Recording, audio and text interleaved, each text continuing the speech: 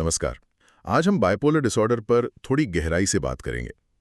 अक्सर लोग सोचते हैं कि ये बस मूड का ऊपर नीचे होना है, हाँ, बिल्कुल। पर असल में ये उससे कहीं ज्यादा उलझी हुई और एक लंबी चलने वाली मानसिक स्वास्थ्य की स्थिति है। हमारे पास इस पर कुछ जानकारी है, कुछ नोट्स हैं, तो चलिए देखते हैं कि ये क्या है। हाँ, मतलब इसे समझना ज़रूरी है क्योंकि ये सिर्फ मूड स्विंग नहीं है। बाइपोलर डिसऑर्डर में होता क्या है कि व्यक्ति का मूड, उसकी एनर्जी, ये दो बिल्कुल अलग सिरों पर मतलब एक्सट्रीम्स पर झूलती रहती है। अच्छा। एक तरफ है मेनिया या हाइपोमेनिया। इसमें क्या होता है कि असामान्य रूप से बहुत ज़्यादा एनर्जी, जोश या कभी-कभी चिड़चिड़ापन भी आ जाता है। और दूसरी तरफ? और दूसरी तरफ है डिप्रेशन, मतलब गहरी उदासी, नाउम्मीदी, किसी चीज़ में मन न लगना। और ये कोई थोड़ी देर की बात नहीं होती, जैसे घंटों की? नहीं नहीं, यही फर्क है।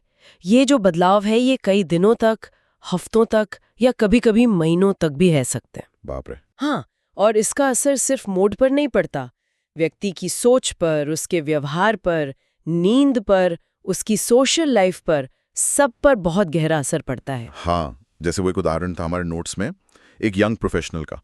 उसे शुरुआत में लगा कि वो बस बहुत ज्यादा प्रेरित है, मोटिवेटेड है। हाँ, ये टिपिकल लगता है। बस 2-3 घंटे सोता था, फिर भी एकदम एनर्जी से भरा हुआ। बातें बहुत तेज, बड़े बड़े प्लान बनाना, बहुत सारे रिस्क लेना। ये मेनिया या हाइपोमेनिया के लक्षण हो सकते हैं। कम नींद में भी फ्रेश महसूस करना, तेजी से बोलना, विचारों का दौड़ना, बड़े बड़े कभी-कभी इम्प्रैक्टिकल प्लान बनाना और जोखिम भरे काम करना, जैसे बहुत ज्यादा खर्च कर देना। बिल्कुल। लेकिन फिर कुछ हफ्तों बाद एकदम उल्टा हो गया। पूरी तरह से जैसे भावनात्मक रूप से टूट गया। बिस्तर पर पड़े रहना, लोगों से मिलना जुलना बंद, एकदम निराश। तो वो जो आपने 2 सिरों की बात की थी, वो उसकी कहानी में एकदम साफ दिखता है। ये नॉर्मल मूड स्विंग तो नहीं है। बिल्कुल नहीं। ये बाइपोलर साइक्लिंग का एक उदाहरण हो सकता है और ये दिखाता है कि कितना गंभीर हो सकता है। लेकिन अच्छी बात यह है, जैसा आपने बताया, कि उसे सही इलाज मिला, परिवार का साथ मिला, हाँ। और वो वापस एक सामान्य स्थिर जिंदगी जी पा रहा है। तो रिकवरी बिल्कुल संभव है। तो क्या ये हमेशा ऐसा ही दिखता है? क्या इसके कुछ अलग अलग प्रकार भी होते हैं? हाँ, इसके कई प्रकार हैं। मेनली हम बात करते हैं बाइपोलर 1 और बाइपोलर 2 की। बाइपोलर 1 में कम से कम एक मैनिक एपिसोड जरूर होता है, जो काफी तीव्र होता है, इतना कि व्यक्ति के कामकाज, रिश्तों पर बहुत बुरा असर पड़ता है। कभी-कभी तो अस्पताल में भर्ती होने की जरूरत पड़ जाती है। इसमें डिप्रेशन के एपिसोड्स भी हो सकते हैं। ओके, और बाइपोलर 2? बाइपोलर 2 में एक या ज्यादा गंभीर डिप्रेशन के एपिसोड होते हैं और साथ में कम एक हाइपोमेनिक एपिसोड। हाइपोमेनिया मेनिया से थोड़ा हल्का होता है, मतलब एनर्जी बढ़ी हुई होती है लेकिन शायद उतनी नहीं कि रोजमर्रा का काम बिल्कुल ही ठप हो जाए। अच्छा, थोड़ा कम तीव्र होता है हाइपोमेनिया। हाँ, कह सकते हैं। फिर एक साइक्लोथाइमिक डिसऑर्डर भी होता है। इसमें लंबे समय तक, कम से कम 2 साल तक, मूड हल्का ऊपर नीचे होता रहता है। मतलब हल्के डिप्रेशन और हल्के हाइपोमेनिया के लक्षण आते जाते रहते हैं, पर उतने गंभीर नहीं होते जितने बाइपोलर 1 या 2 में। और वो रैपिड साइक्लिंग क्या चीज है? सुना है कि बदलाव बहुत तेजी से होते हैं। हाँ, रैपिड साइक्लिंग एक पैटर्न है। जब किसी व्यक्ति को साल में 4 या उससे ज्यादा बार मूड एपिसोड्स होते हैं, चाहे वो मेनिया हो, हाइपोमेनिया हो या डिप्रेशन, तो उसे रैपिड साइक्लिंग कहते हैं। ये इलाज को थोड़ा और मुश्किल बना सकता है। तो लक्षणों की बात करें तो मेनिया में तो हमने देखा बहुत ज्यादा ऊर्जा, कम नींद, तेज बोलना, जोखिम लेना। हाँ। और डिप्रेशन में क्या होता है? ठीक? डिप्रेशन में बिल्कुल उल्टा। गहरी उदासी, थकान, किसी भी चीज में रुचि या खुशी महसूस न होना, सोने के पैटर्न में बदलाव, या तो बहुत ज्यादा सोना या बिल्कुल नींद ना आना। अच्छा। भूख में बदलाव, वजन घटना या बढ़ना, खुद को बेकार या दोषी महसूस करना, ध्यान लगाने में मुश्किल होना और कभी-कभी मौत या खुदकुशी के विचार भी आना। ये तो काफी गंभीर है। जी, पर ये याद रखना जरूरी है कि हर किसी में सारे लक्षण नहीं होते।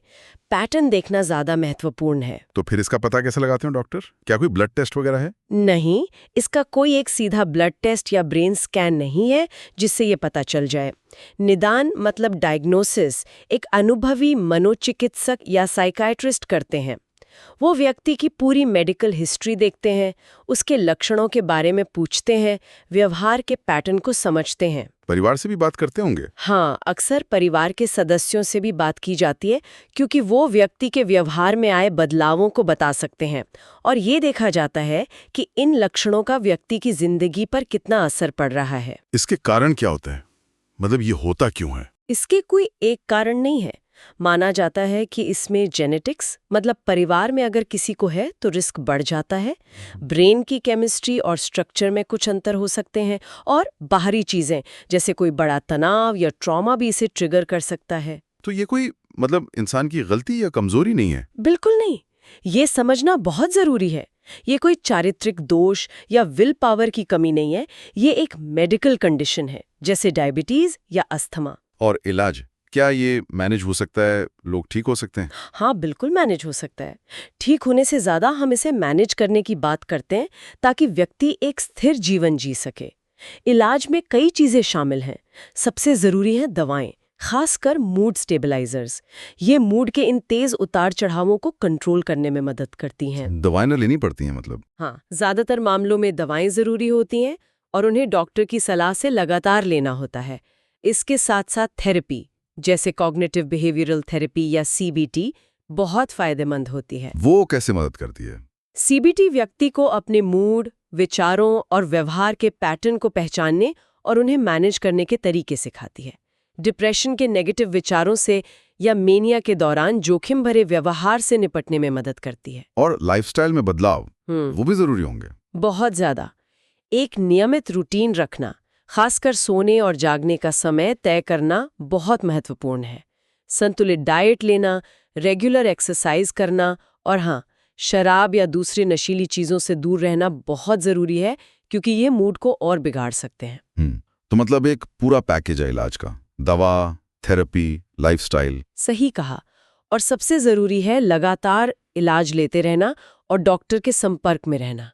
एक आम गलतफहमी जो लोगों में होती है वो यही कि ये सिर्फ मूड स्विंग्स हैं। हाँ, जिसे शायद नजरअंदाज कर देते हैं लोग। बिल्कुल, या सोचते हैं कि थोड़ा पॉजिटिव सोचो तो ठीक हो जाएगा। लेकिन सच ये है कि ये बदलाव सामान्य मूड स्विंग से कहीं ज्यादा तीव्र होते हैं, ज्यादा लंबे चलते हैं और व्यक्ति की जिंदगी को बुरी तरह प्रभावित कर सकते हैं। इन्हें नजरअंदाज करना खतरनाक हो सकता है। लेकिन जैसा हमने उस प्रोफेशनल के उदाहरण में देखा, इलाज काम करता है? हाँ, इलाज बिल्कुल काम करता है, और सही इलाज और सपोर्ट के साथ लोग बाइपोलर डिसऑर्डर के होते हुए भी एक अच्छी, सफल और सार्थक जिंदगी जी सकते हैं। तो कुल मिलाकर हमने देखा कि बाइपोलर डिसऑर्डर एक जटिल स्थिति जरूर है, लेकिन ऐसा नहीं है कि इसका कुछ हो नहीं सकता।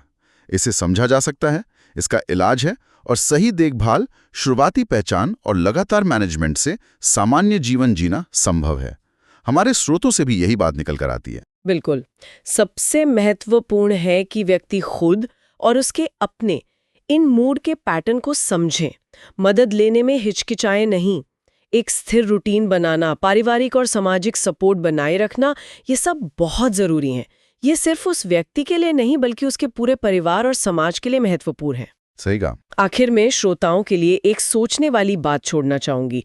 जब हम ये समझते हैं कि बाइपोलर डिसऑर्डर के पीछे बायोलॉजिकल कारण जैसे ब्रेन केमिस्ट्री और साथ ही बाहरी माहौल के कारक जैसे तनाव दोनों का हाथ हो सकता है, तो ये समझ मानसिक स्वास्थ्य से जुड़ी दूसरी चुनौतियों के प्रति हमारे समाज के नजरिए को कैसे बदल सकती है, और हम एक समाज के तौर पर ज्यादा हमदर्दी और बेहतर सपोर्ट सिस्टम कैसे बना सकते हैं।